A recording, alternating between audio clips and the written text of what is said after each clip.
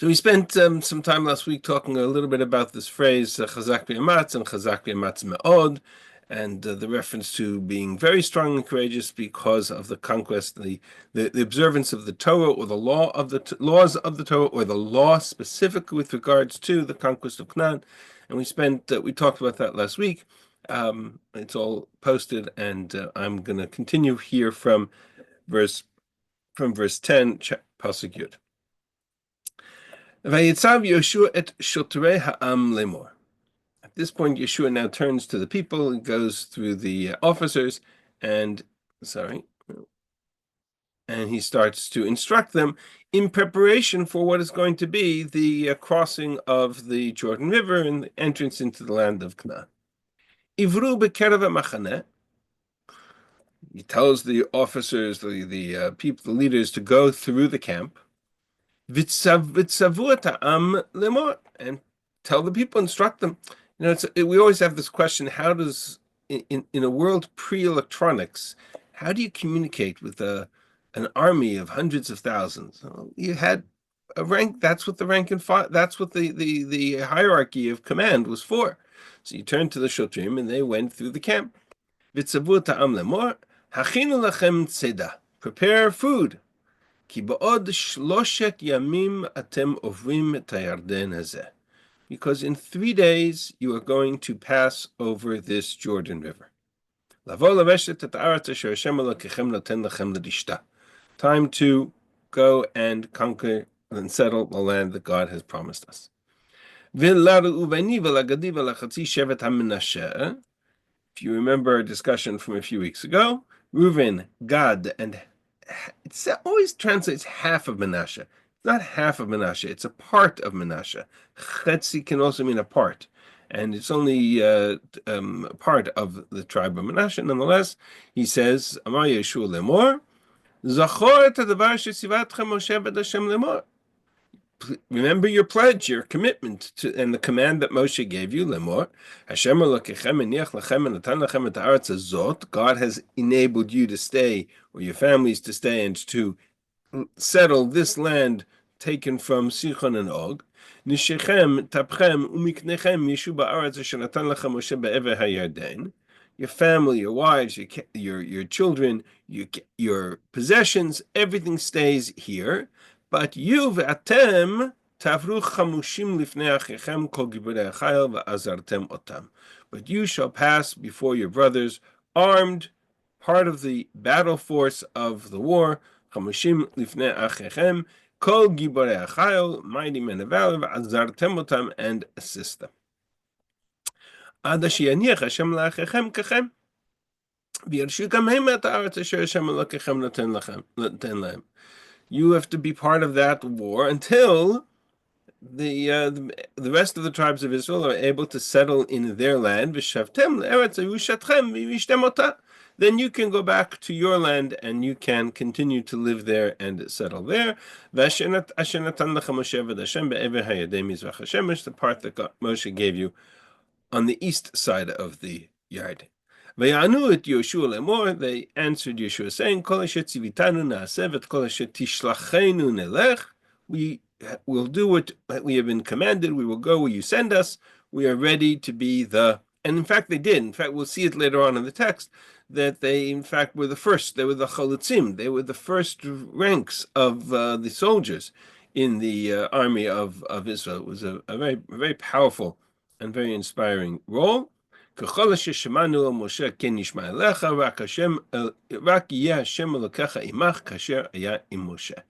loyalty to Yehoshua is expressed here really in extraordinary terms. They say to them, as we listen to Moshe, we will listen to you. There's no question as to our loyalty to you, and that's sort of a subtext of our study of the book, is to understand the role that Yehoshua played, constant reference to Moshe, constant reference and deference to his role as continuing the legacy of Moshe. On the other hand, he had a loyalty amongst the people that was really extraordinary. Kol ish asher yamre et picha v'lo yishma et dvarecha l'chol asher tetzavenu yumat. Rak chazak v'yamatz. Yehoshua, you don't need to worry about us. We are going to be your front guard. Anybody who tries to challenge you will have to answer to us. We will protect you. We will be loyal to you.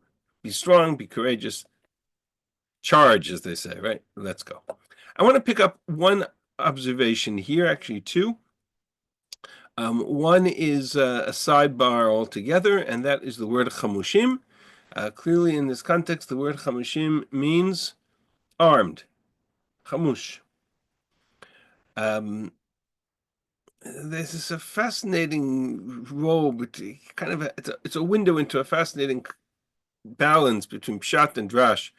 And I'm sure you're all familiar with the medrash that when Israel left Egypt, only 1/5 of them left because the other 4/5 died in the plague of darkness. Rashi quotes it in the beginning of Pashat Bashalach, when the verse says, "V'chamushim malu b'nei Yisrael mitzrayim." The Bnei Yisrael left Israel chamushim, and Rashi offers the drash that it's chamushim from the word chamesh, one or fifth, 1/5 of them left Israel. Rashi offers that as a drash for reasons not our subject for today, but only as a second interpretation. His primary interpretation, which he says on the spot, is that the word chamushim means mizuyanim, armed, ready for war. They had the arms that they took from the spoils of Egypt, and he quotes this verse as proof that the word chamush means armed, as it does in modern Hebrew as well. It's a very interesting kind of balance between the world of pshat and drash, but you see here clearly the word chamushim does not mean 1/5. It means, in fact, armed and ready for battle. That's one observation. The other observation is the timetable in this reference, meaning they are ready to go and cross the Yarden when? Okay, they are sitting on the banks of the Yarden on the east side, and Yeshua's instruction is that they are going to cross 3 days hence. Ki ba'od shloshet yamim atem ovim et hayarden hazeh. That's a fascinating reference. There are a few chronological anchor points in Sefer Yehoshua that are important. In addition to this reference, if we work our way forwards and then backwards, Chazal learned something very powerful from this discussion. When did they in fact cross the Yarden? What date was it that they in fact crossed the Jordan River? So that's explicitly referenced in the text. That is in chapter 4, verse 19, Pasuk Daled, Perek Daled, Pasuk Yud Tet. Ve'ha'am alu min hayarden be'asor lachodesh harishon. People came out of the Jordan, meaning across the Jordan, on the 10th of the first month, meaning the 10th of Nisan. And that would explain why, in the immediate aftermath of crossing the Jordan, the first two things they engage in are the mitzvah of Brit Milah, and then 3 days after that, the mitzvah of Korban Pesach.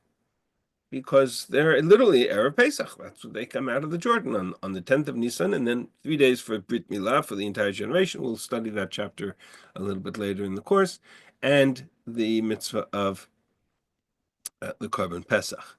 Why is it important for us? Because Chazal derive from this date that they crossed the Jordan on the 10th of Nisan, and that all of this chapter 1 is therefore happening on what date? When God speaks to Moshe and he says Moshe has to Yehoshua, and he says Moshe has died and now across the Jordan, and at the end of the chapter Yehoshua turns to the Shulman and he prepares them and he says to them, in another 3 days we are crossing the Jordan. What date is all of this happening? We now know, because if he's telling them in another 3 days we're going to cross the Jordan, and that day is the 10th of Nisan, so this date is the 7th of Nisan. Right? So why is that important? Why is it significant that this is the 7th of Nisan? So Chazal actually derived from here the date of Moshe's passing. We have a tradition that the Yortzeit of Moshe Rabbeinu is the 7th of Adar. That reference comes from this verse. I'll show you the source in the Gemara. It's a Gemara in Kiddushin. This is on the source page, which, if you joined us after I posted it, I will repost it. Copy link. Post. The Gemara says in Gemara Kiddushin, B'shiv'a ba'adar met Moshe. Moshe died on the 7th of Adar. There's a separate issue which is based on a pasuk in Ve'elech that he also was born on the day that he died. That's not my subject for now. But how do I know that he died on the 7th of Nisan? Minayin shebeshiv Abba Adamet. So now we're going to work through all the texts. It says in the end of Chumash, V'yamot sham Moshe v'ad Hashem, Moshe, servant of God, died there. And immediately it says, V'yivku b'nei Yisrael et Moshe barvot ma'av 30 yom. They mourned for him, they cried for him for 30 days. And then it says, V'yachrei mot Moshe eved Hashem. After Moshe's death, God says to Yehoshua, Moshe avdi met, kum avor te'aden, it's now time to cross. And Yehoshua says to the people, Achinu lechem tzedak yibot shloshit yamim avur te'aden, 3 days you're going to cross the Yarden. And they came out of the Yarden on the 10th of the month. So work your way backwards, the 3 days in the beginning of Sefer Yehoshua. The 30 days to mourn Moshe's death. From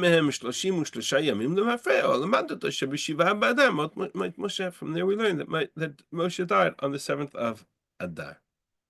So it's just a fascinating observation. That's a kind of a almost technical one. We'll see for us it has another significance and another lesson that of value as well. But the notion that we place so much emphasis on the fact that Moshe died on his yard side as the 7th of Adar, don't always stop to think of where we get that from. But here we see the text. This is exactly what it's describing. The 7th of Adar of Nisan is when all of this is happening. Which brings us to the beginning of Perek Bet, chapter 2. So just to put ourselves in perspective, this is on the 7th of Adar, the instruction from Yehoshua to the people to prepare themselves. One second. We'll go back to where we were. To prepare themselves because we're going to cross the Yarden in 3 days' time. Why he needs 3 days, we'll see in a moment. I'm going to shift now to chapter 2. Right? Start from the beginning. Vayishlach Yehoshua ben Nun min hashittim. Shittim is where they're encamped. That's where the camp of Israel is. Yehoshua ben Nun, they haven't moved. From Moshe's death, they are still in Shittim. They have not moved. Vayishlach Yehoshua ben Nun min hashittim shnei anashim miraglim cheresh lemor. He sends 2 spies secretly, saying to them, L'chu re'u et ha'aretz ve'et Yericho. Go and spy out the land. Go and see the land, particularly Yericho. Sorry, I just got buzzed because I forgot to turn my phone to Do Not Disturb. Give me a moment.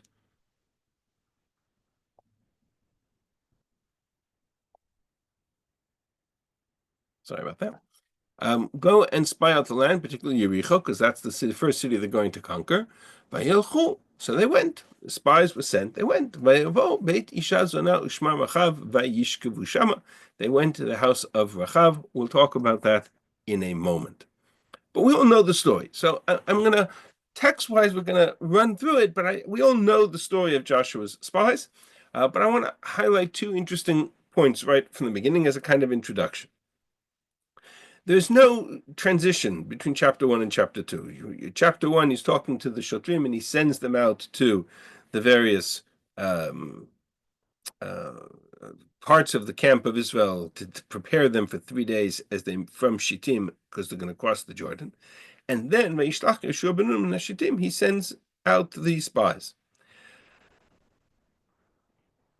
And he says, and that day, they arrive at the house of Rachav. They're not far from there. It doesn't take them several days to get there, right? They're not far.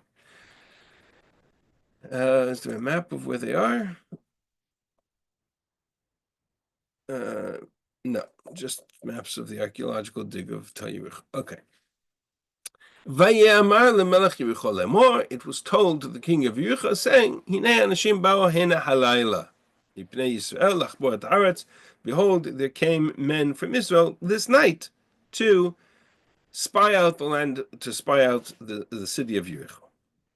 They arrive at night. I would assume they were sent at night, which would make sense for a different reason. I'll talk about that another time. It's probably Shabbat, but okay.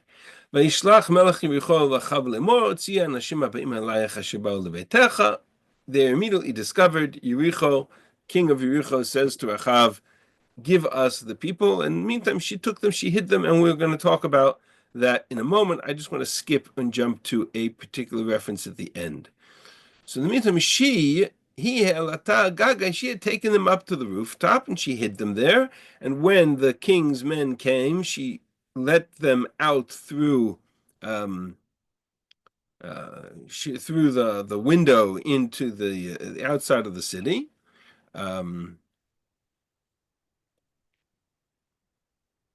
She had taken them up to the roof and hid them amongst the flax. So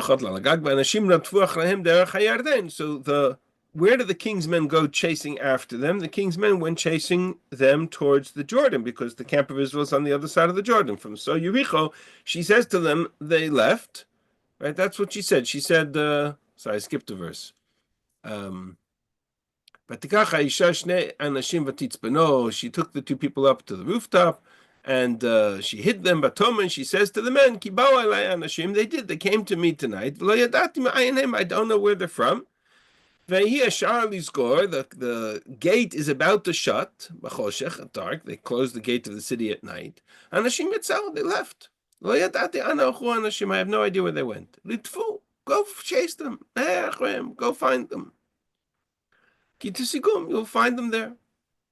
In the meantime, so the king's men go running logically in the direction of where the spies should be running to, which would be the Jordan, in order to cross back over to the camp of Israel. In the meantime, she took them up to the roof, and she hid them amongst the flax. And the king and his men, they went chasing after them towards the Jordan, to the fords of the Jordan. The gate closed. They left and they closed the gates behind them so that they wouldn't escape, come back to the city. The two spies were now on the roof of Rachav's house. Before they even were able to lay down, he alta alehem alagag. She went up to them. Vatomer alanashim. She said to them, Yadati ki natan Hashem lechem et haaretz v'chi nafla imatchem aleinu. I know that God has given you this land, and that your fear and dread upon the land and dread upon the land is palpable. The inhabitants of the land, their hearts have melted before you. The people in the city, in the land of Canaan, were afraid. We heard about how God dried up the waters of the Red Sea before you, when you left Egypt. And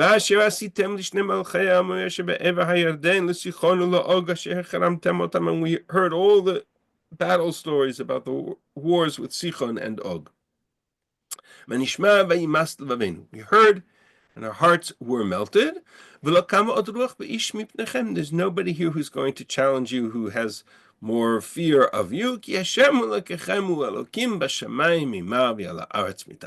God on heaven is God above and God beneath on the land. We accept the power of your God and his authority. Swear to me by your God. I dealt kindly with you. You will also kindly deal kindly with my father's house. And give me a true sign that you will spare my life, and spare my life and the life of my mother, my brother, and sisters. Deliver us from death. The people said to Rachav,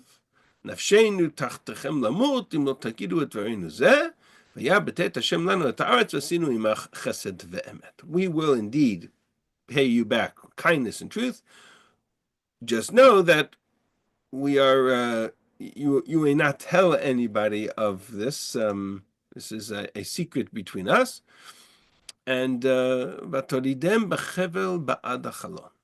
she let them out the window with a cord, a chevel.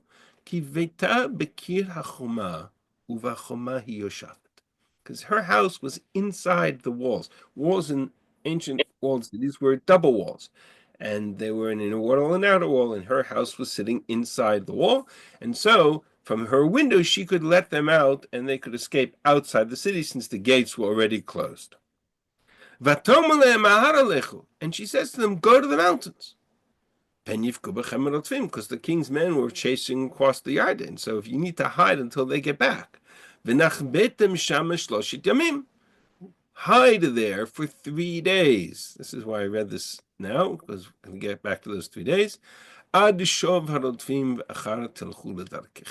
Till they all come back and they have given up their pursuit. We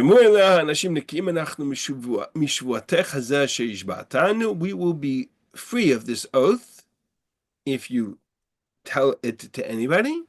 When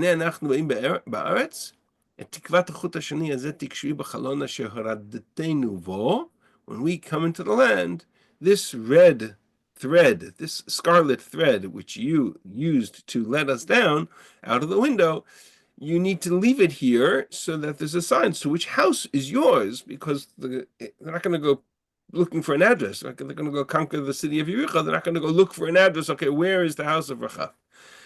And anybody whose life you want to spare, gather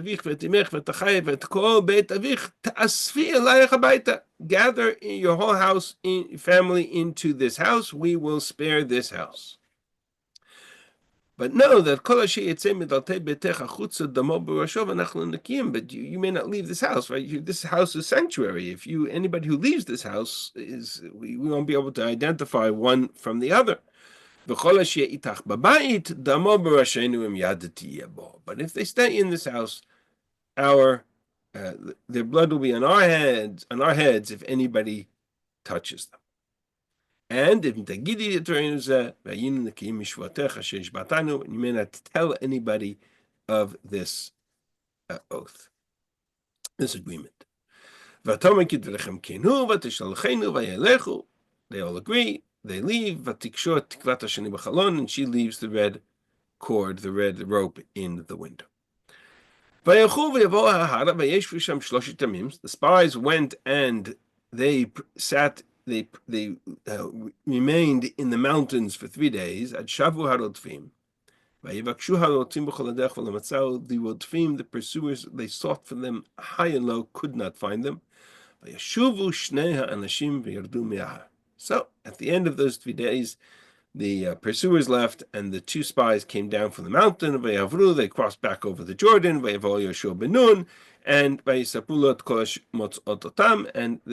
they explained to Yehoshua everything that had transpired. The report of the 2 spies: God has given us this land. And the inhabitants, the heart of the inhabitants is melted away before us. We are ready to go. It's interesting, isn't it, that there's a lot of interesting things. We're going to unpack it all. What was your thought? That Joshua's forces were killing innocent citizens, apparently. No, but we'll get to that issue when I'm not sure. I don't agree. We'll get to that issue when we get to the conquest itself. But there's a lot of misunderstanding. I call this chapter a comedy of errors. Why a comedy of errors? That we have to unpack and see. But there's a lot of misinformation and a lot of misunderstanding, but it ends well, right? They come back with a beautiful understanding. But clearly this spy mission was a failure from beginning to end. And that's part of the mystery of why the Mefarshim struggle with the question, after Moshe's spies failed so abysmally, what did Yehoshua think he was doing by sending spies again? And so part of our task is to understand, A, what Moshe's spy mission was and why it failed, and B, how did Yehoshua's spy mission differ, and was it right or wrong for Yehoshua to send spies, and did it fail or was it successful? And that is the bigger question, which we will get to in a moment. Um, but the Mm. other interesting They observation here, weren't spies. excuse me. Moshe weren't spies. They went to. We'll get to we'll They get to were we'll get to Moshe. We're getting ahead of ourselves. We're fine. spies. They were spies, but we're getting ahead of ourselves. Hang on a second. I want to start from this reference to 3 days. They spend 3 days in the mountains, right? Which means that they were sent by Yehoshua on the 7th of Nisan, right? That's when the book opens up in the 7th of Nisan in chapter 1. Yehoshua prepares the people because they're going to cross the Jordan in 3 days' time. And he sends spies. The spies return to the east side of the Jordan in 3 days from when they were sent. It's the same 3 days. So it's just an optical illusion. We have this perspective that Yehoshua prepares the people to cross the Jordan. They move. They're 3 days, and then he sends spies. Which the spies mission takes 3 days, but by the time the spy mission is over, where's the camp of Israel? They're still on the east side of the Jordan. It They're not says waiting for this, right? They're not waiting for the spies. So there's not two sets of 3 days here. They're overlapping. If they're overlapping, it basically means that Yehoshua tells the spies, "You go to Yericho," and then he moves the camp. Because if you look at the beginning of Perek Gimel, Vayashkem Yehoshua baboker, this baboker is not the morning of the. It's not chronologically sequential. This is not the morning after the spies return. This is the morning after he sent the spies. Because Vayis'u me'ashitim v'yavo ad Yarden, ויהי מקצה 3 ימים ויעברו השוטים בקרב המחנה ויצוו את העם לאמור כי בעודכם את right? In the end of the 3 days, they begin the preparation. So those 3 days, Yehoshua is in Shittim. He prepares the people. He says, we're crossing the Jordan in 3 days' time. He sends the spies, and he says to them, ostensibly, meet us back here at the edge of the Jordan. We're not going to be here in Shittim. So they're there for 3 days, and Yehoshua moves the camp to the edge of the Jordan for 3 days to be able to cross, and then the spies come back. So it's these two chapters are happening in parallel, not in sequence. So everything that's happening in chapter 3, which is the preparation for the crossing of the Jordan, is happening while the spies are in or at Yericho. Right, so just to put in perspective, because we read chapters sequentially, we think of them sequentially. Tanakh doesn't work that way. These things are happening in parallel. So the spies are sent, which is why it's chapter 2, right? He sends them from Shittim, but they're not coming back to Shittim. They're going to come back 3 days later and meet Yehoshua at the edge of the Jordan. In the meantime, from Shittim, they left Shittim and they came to the edge of the Jordan for those same 3 days. All right. So the question that I want to explore in the second part of this shir, and the significance of Yehoshua having sent them on their own and meet them at the Jordan, we'll come back to all of that. There's a significant piece of it, but it'll become relevant for. I'm planting the seeds for our continuation of this discussion next week. I want to talk a little bit about the spy mission itself, because one of the questions the Mefarshim struggle with is why would Yehoshua send spies altogether when the spy mission of Moshe ended so abysmally? And we typically think of the notion of the mission of Yehoshua's spies as a kind of a tikkun. Whatever went wrong in the first effort to send spies in the story of Moshe and the story of the Meraglim, whatever happened there happened right here. Moshe got it wrong, Yehoshua got it right. And what I want to demonstrate over the next 2 shiurim, this week and next week, is the exact opposite. That Moshe got it wrong, and Yehoshua got it wrong. Unfortunately for Moshe's mistake cost them dearly. Yeshua's mistake they managed to explicate themselves from and set the course right. But the question becomes, was this spy mission a success or a failure? Yeshua's. And to understand that, we need to go back to Moshe's mission and to try to understand what happened in the story of the Meraglim 1.0. Then we can come back to the Meraglim 2.0, which was the topic of the shir title, Spies 2.0. All right? So everybody with me, we're going to journey through lots of text today. We're good? You got your, hold on to your seats. Here we go. Somebody mentioned before, Moshe's we're not spies. The word Meraglim is clearly used in Devarim. We'll come to the issue of what they were and who they were and why, etc. But let's start from the story. The story of the mission that Moshe sends to Israel 38 years earlier appears in many places in Chumash in elaboration, but in two in particular. And you're familiar with this. I'm not going to, this part of Chumash, I'm assuming we're all familiar with the basic issues here. I'm just going to do a quick review of the challenges, and then we'll kind of put all the pieces together next week.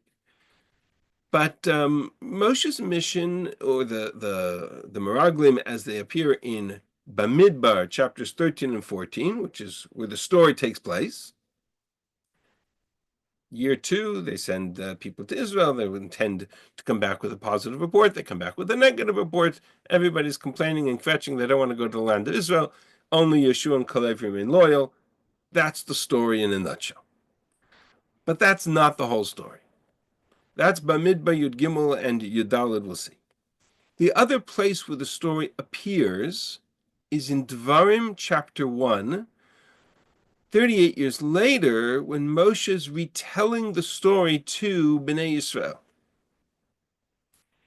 And one of the questions that we need to understand in order to put the pieces of the story together is that there's information that Moshe provides in Devarim chapter 1 that's not in Bamidbar, and there's information in Bamidbar that's not in Devarim. And the question becomes, how do we reconcile this, the contradictions or the challenges, the internal contradictions between the story of the spies as presented in Bamidbar to the story of the spies as presented in Devarim? Everybody understand the problem? Only by putting those two stories together can we get a full picture. I don't subscribe to the theories that two different versions of the story because Moshe retold it and embellished it or changed it. I don't subscribe to that at all. Right? There's two aspects of this story. One part of the story is described in Bamidbar Yud Gimel. Another part of the story is described in Dvarim Parak Aleph. We need to put the two together. So to do that, I want to sketch pieces of Bamidbar Yud Gimel, not the whole story, because our study is Yehoshua, it's not Chumash. But we need to understand certain pieces. So I'm jumping back, taking us back in time 38 years to Bamidbar chapter 13, Parshat Shlach, as it's referred to. God spoke to Moshe. He said to him, Shlach lecha anashim v'yaturu et eretz Canaan. Go send men. And here, again, translations always do us a disservice because it translates latur et haaretz as to spy out the land, right? Which is a questionable translation. Latur means to see. Which is a pasuk at the end of Parshat Shlach. Right? Let them go and see the land which I am giving to Bnei Yisrael. One person per tribe, send kol nasi bahem. All of the Nisiim. Who are the Nisiim? The Nisiim are the heads of the tribes. So you take 12 tribes and you send one man, a Nasi, one of the leaders of the tribes. They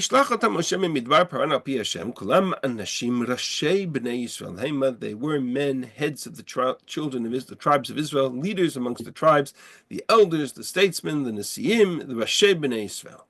And these are the names. We have the whole list of the names of the Nesiim that are sent per tribe, including Caleb and Yefuneh for the tribe of Yehudah and Hoshea ben Nun for the tribe of Ephraim. And Moshe calls Hoshea ben Nun, had called Hoshea ben Nun Yehoshua. We talked about that verse once before. And Moshe sent them, Moshe, Laturat Eretz Canaan, to go and see the land of Canaan. Go up the mountain from the south. They were in Kadesh, which is south. See the land and assess it. And assess the people. Are they strong? Are they weak? Are they few? Are they many? And what about the land that they dwell in? Is the land good land? Is it bad land? What about the cities they dwell in? Do they dwell in camps? Do they dwell in strongholds and fortresses? Is the land fat? Is it lean? Does it have trees? Is it barren? Bring back fruits of the land. Bring back the grapes, fruits of the grapes of the wine. And of course, the famous tourist symbol of the state of Israel is the spies carrying the grapes between them on their shoulders.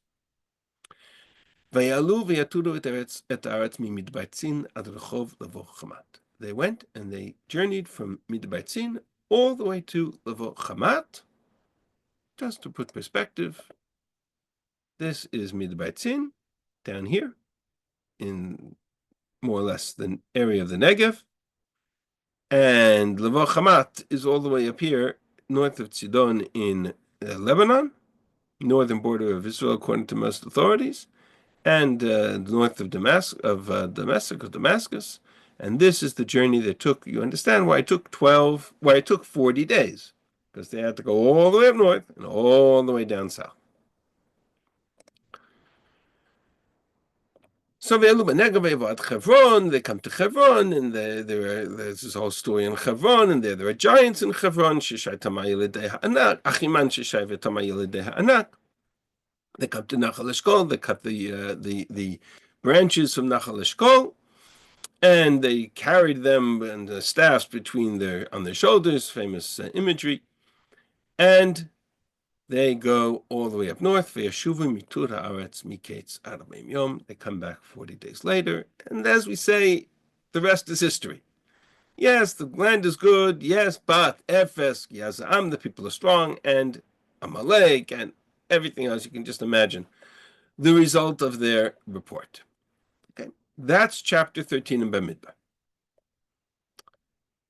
Now we're going to do a quick glance at Devarim Parak Aleph.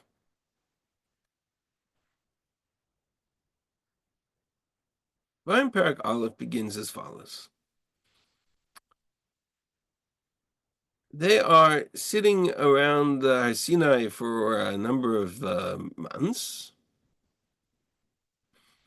He traveled from Chorev, came up through the land of the Amorites. And I said to you, God has given you this land. Go and conquer it. Take possession of it. Do not be afraid, do not be dismayed. Exactly the same two phrases that Moshe told Yehoshua, and Yehoshua later told, God later reinforced to Yehoshua.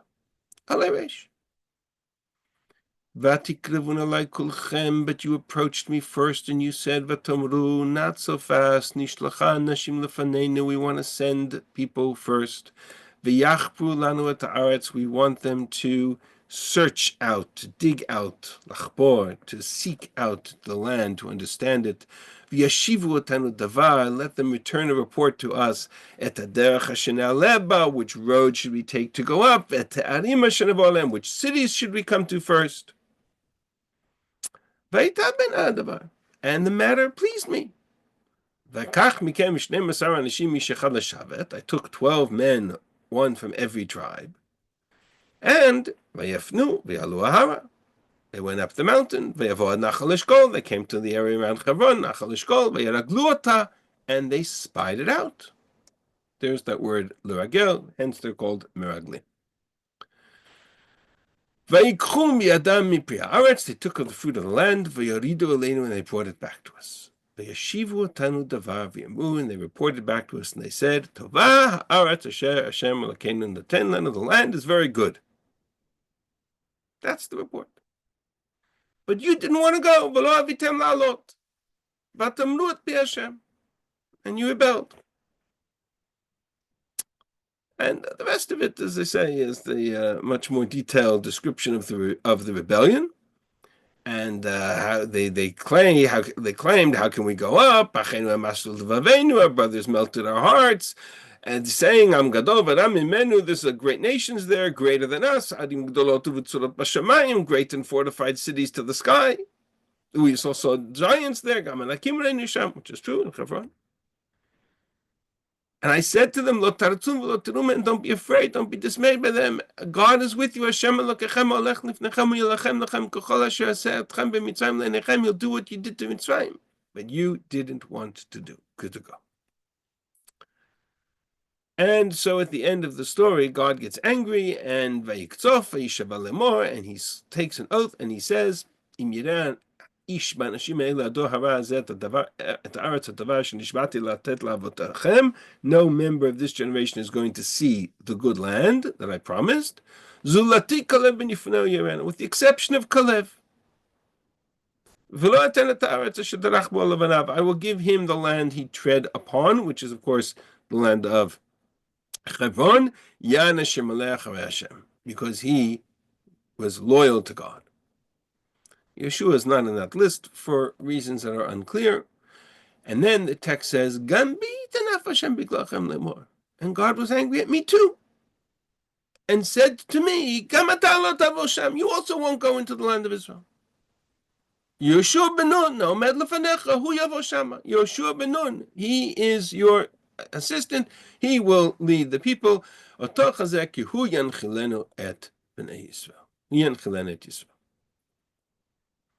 And there's more, but for now, that's enough to begin to unpack a host of challenges, a host of issues. Okay, and I'm assuming I'm not sharing with you a question that you haven't heard before. Many shiurim in Parshat Shlach over the years have been said over the reconciliation or the understanding of these two descriptions of the story of the spies. For our purposes for today, what I want to do is I want to outline the questions and begin an approach to understand the answer to the two spy stories as in Chumash, and that'll give us the information we need to be able to analyze Yehoshua's spy mission, Bezrat Hashem, next week. Okay. Follow how this is? All right. So let's start with the basic question.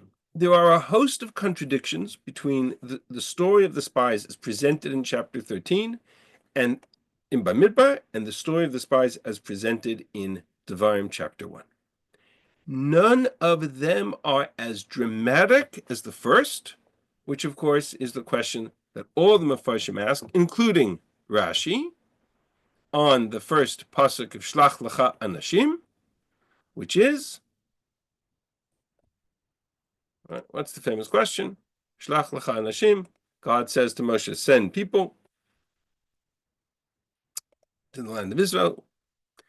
What is the famous Ramban quotes it, the Rashi quotes it, all the Mefarshim. Right? Whose initiative was this spy mission? Whose idea was it? Who came up with this brilliant plan?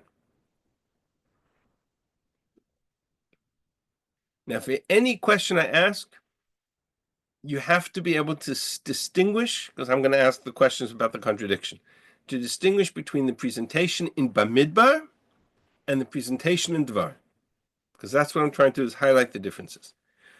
So if I ask the question, whose initiative was it, and you look at Parshat Shlach in Bamidbar Yud Gimel, your answer is, whose initiative was it? In one word. Hashem. God's. Yeah. God said to Moshe, Shlach lecha anashim, send spies, send people. Let's not call them spies. Yaturu et Eretz Canaan, send people. In fact, Rashi has a problem with the contradiction in Devarim, and the fact that this mission ends so abysmally, and so he does something very odd. Right? What does Rashi say? You're familiar with this Rashi. What does Rashi say on the words "shlach lecha anashim"? It's the most difficult Rashi probably in Chumash. Right? What does Rashi say is the meaning of the word "shlach lecha anashim"? God says to Moshe, "Send people." Send men, says Rashi, if you want. I'm not commanding you. Any mitzvah, I'm not commanding you. If you want, send. Shlach. Because in Devarim it says, Vatikuvun alai kolchem. In Devarim it says that you approached me. In Devarim it says you came to me to ask me to send spies. And Moshe nimlach b'shchina, so Moshe went and he consulted with God. And God said, okay, you know what? I'm not telling you to do it. I don't think it's such a good idea. But if you want, okay, go ahead. That's what it says. That's what Rashi says. Call from the wireless house. That's what Rashi says. The problem is strikingly obvious, right? And Dvarim, it says that it's the initiative for the mission came from the people, and in Bamidbar it says the mission for the initiative for the mission came from God. So what does Rashi do? Combines them, and he says, yes, the people asked first, and Moshe agreed, because God didn't tell him to do it, God allowed him to do it.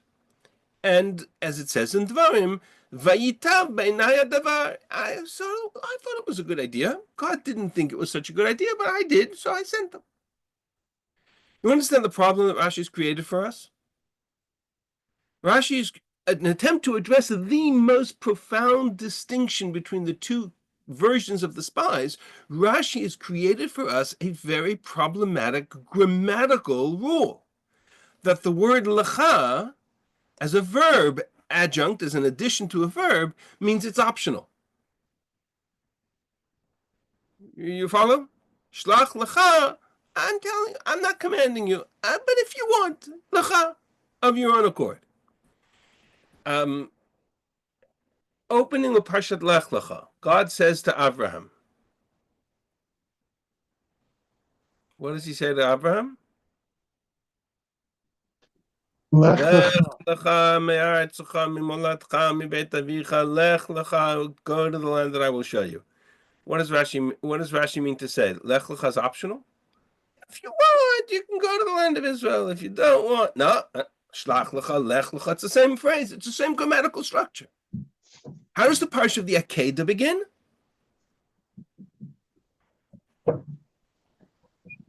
Right? Let's just finish the. This is the questions the Ramban asks. I'm not adding anything that hasn't appeared in the Mefarshim already. Whoops, that was the wrong source that I wanted to pull up.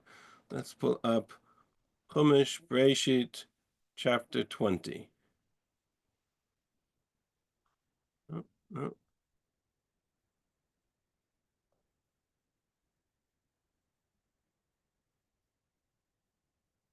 God tested Abraham and he said to him, Kachna et bincha et yechidcha asher ahavta et Yitzchak v'lech lecha el eretz Moriah.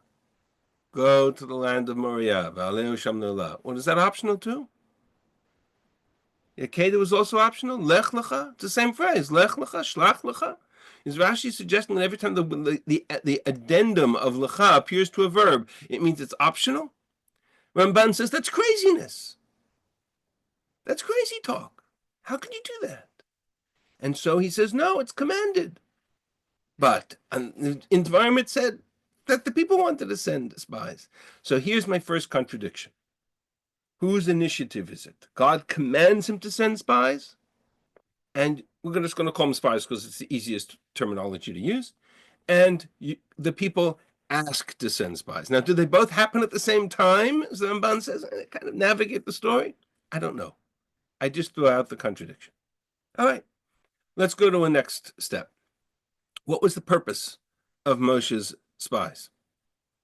Or Moshe's mission? Bamidbar Yud Gimel. What was their purpose? Uri'item et haaretz.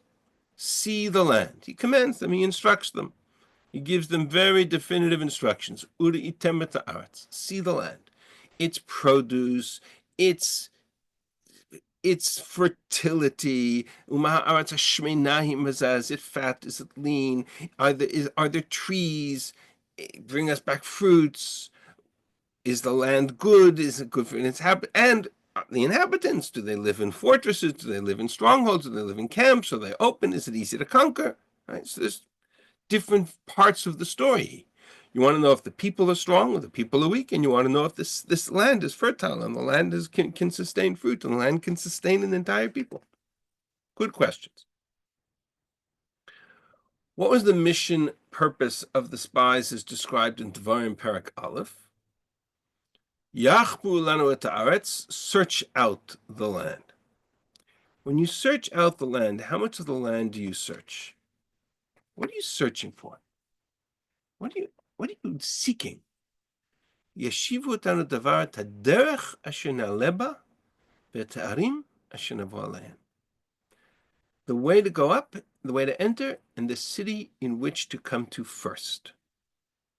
Meaning, Moshe, the mission as described in Devarim is not a mission to go through the land north, south, east, and west. It's a mission to enter to the land and begin to look. Okay, where do we go? Where are we supposed to be? What's the first city we're supposed to get to? And if you're coming from the south, what's the first major city you're going to get to? If you're coming from the Negev, right? Just south of Beersheba. What's the first major walled city fortress you're going to get to? Hebron. If you're coming up from the south.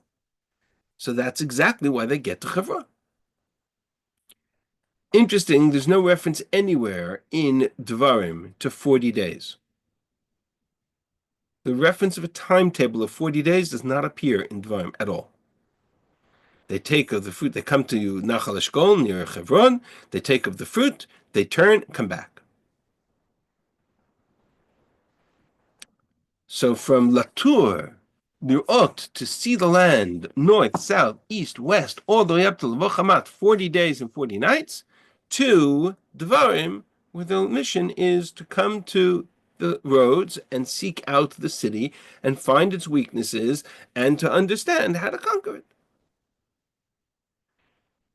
I summarized, there's a few more differences too. I summarized all the differences between the two portions of the two missions of the spies as described in Chumash in this chart here on the source page. The initiative in Parshat Shlach describes as coming from God, in Parshat Dvarim coming from the people. The purpose of the mission, Latur, to see out the praise of the land, the produce of the land. In Parshat Dvarim, to spy out the weaknesses of the land, v'yachbaru v'yiraglu, the language lachbor v'leragel doesn't appear in Shlach. It only talks about Latur. How far they get to, in Shlach they get all the way up north, Levochamat takes them 40 days. In Dvarim they only get to Nachal Eshkol, and they come back. But I want to point out what I believe is the most dramatic difference between them. And this is where our story is going to take us to next week. If I asked you the question, why was Moshe punished and not allowed to enter the land of Israel, and therefore his leadership transferred over to Yehoshua? The answer to that question in Sefer Bamidbar is very clear. What mistake did Moshe make that led to the decision for him not to carry the leadership into the land of Israel? Yeah, he hid the rock and not spoke to it. The rock. Whatever the chait was in the story of the rock, hitting, speaking, that's a story to analyze, but you're correct. The rock. Parshat Chukat.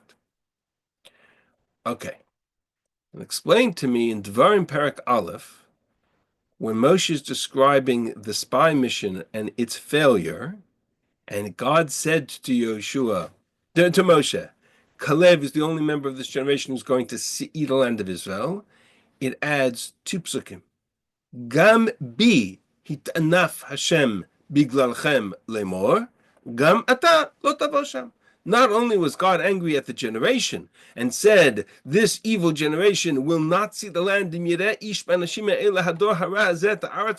nobody in this generation is going to see the land except for Kalev and Yehoshua, because Yehoshua is going to take over for you, Moshe, because you're also not going to see the land.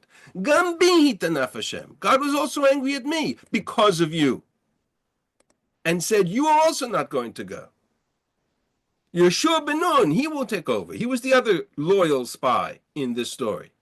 So Kalev, loyalty to Hebron, and Yehoshua's loyalty to God, he will take over instead of you. Wait a second. Are you implying here, am I implying, is the text implying, that the reason why Moshe was not allowed to enter the land of Israel was because he was punished for the sin of the spies? What happened to the story of the rock in Neviim? So you can navigate, you can argue, well, Moshe was just connecting two different stories here in the aftermath. Just as you were punished at the sin of the spies, I was also punished for a different reason. But the Abarbanel says no. The Abarbanel says, I shared with you here, really it's extraordinary, that Omnam Chata Moshe Rabbeinu. Moshe sinned at the sin of the spies. When the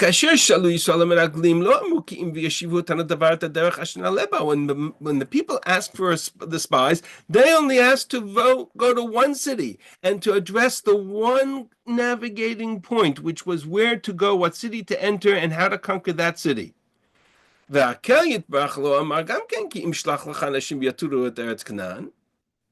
only said that they should go and they should see the land. Moshe changed much of this mission. He changed the instructions and he changed the composition and he changed we're going to see all the things that Moshe changed next week. He commanded them to assess the people, and he commanded them to check the land, and he commanded them to see the cities. The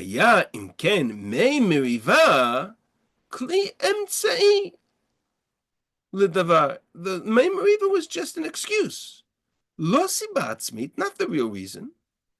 The real reason was the sin of the spies. But as out of cover to Moshe somehow in Bamidbar, we didn't want to address Moshe's role in the sin of the spies in Bamidbar, so we waited, and 40 years later, Moshe made a mistake, and the Torah said, okay, on that mistake, you're not entering the land of Israel. But says something astounding. He goes on to say that the reason Aaron didn't enter the land of Israel was because of Chet HaEgel. The two greatest sins of our people in the Midbar were Chet HaEgel and Chet HaMeraglim. Aaron had a role in Chet HaEgel, and Moshe says that Barbanel had a role in Chet HaMeraglim. But it's the same kind of,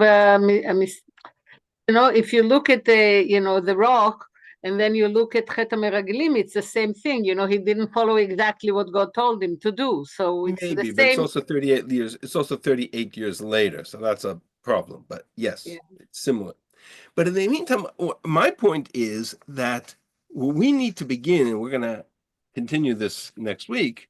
Right? What we need to understand is, I'm going to actually stop sharing for a second, is what it looks like, and this is it's a theory that's put forward by, it's written up by Rav Meidan in an article that appeared in Megadim many years ago, volume 10, so we're talking 25, 30 years ago. But it's a fascinating suggestion that, in fact, there were two missions, two completely separate missions, like the Abarbanel suggests. One commanded by God, one requested by the people. One was praiseworthy, one was holy, one was spiritual, one was, and we'll talk about next week, we'll talk about exactly what that mission was. And one was, but the people wanted to send spies. Moshe's mistake was he combined them together. Moshe joined the two missions together, and he doomed both to failure. I'm going to say that again. There are two separate missions here. God says, Shlach lecha anashim. The people say, Nishlacha anashim lefanenu. Two separate missions happening, the requests happening at the same time. And Moshe combined them together. What we will have to unpack is what was the nature of the first shlichut that God asked to send, and what was the nature of the second mission that the people asked, and why Moshe's combining them doomed them both to failure. Once we understand that, we can then compare everything about this mission to Yehoshua's mission and see that Yehoshua tried to fix all the mistakes that Moshe made by combining these two missions together. And in so doing, we'll say he stepped on his own minefield and created his own mistakes. We will get to all of that, Bezrat Hashem, in the next 2 weeks' time. So it may take us an extra class, but I'm hoping next week we can sort it all out.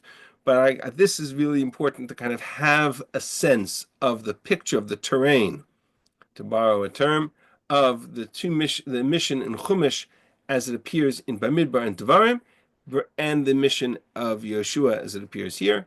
And we will explore all of this next week. So thank you for joining. Thank you for listening. Thank you, Officially Rabbi. over, but Thank happy you. to take classes. I'm leaving you with that on the cliffhanger. So you have to come back. Thank you. It's fascinating. I don't know. I learned Sefer Yehoshua and I never noticed. It's amazing. Okay. Nice. Thank you. Abarbanel also says that the noise, that the plague of the frogs was to echo the noise made by the Bnei Israel complaining about the death of their children. Interesting. That's an interesting observation. Okay. Um, Wonderful. Have a wonderful day, everybody. Thank you.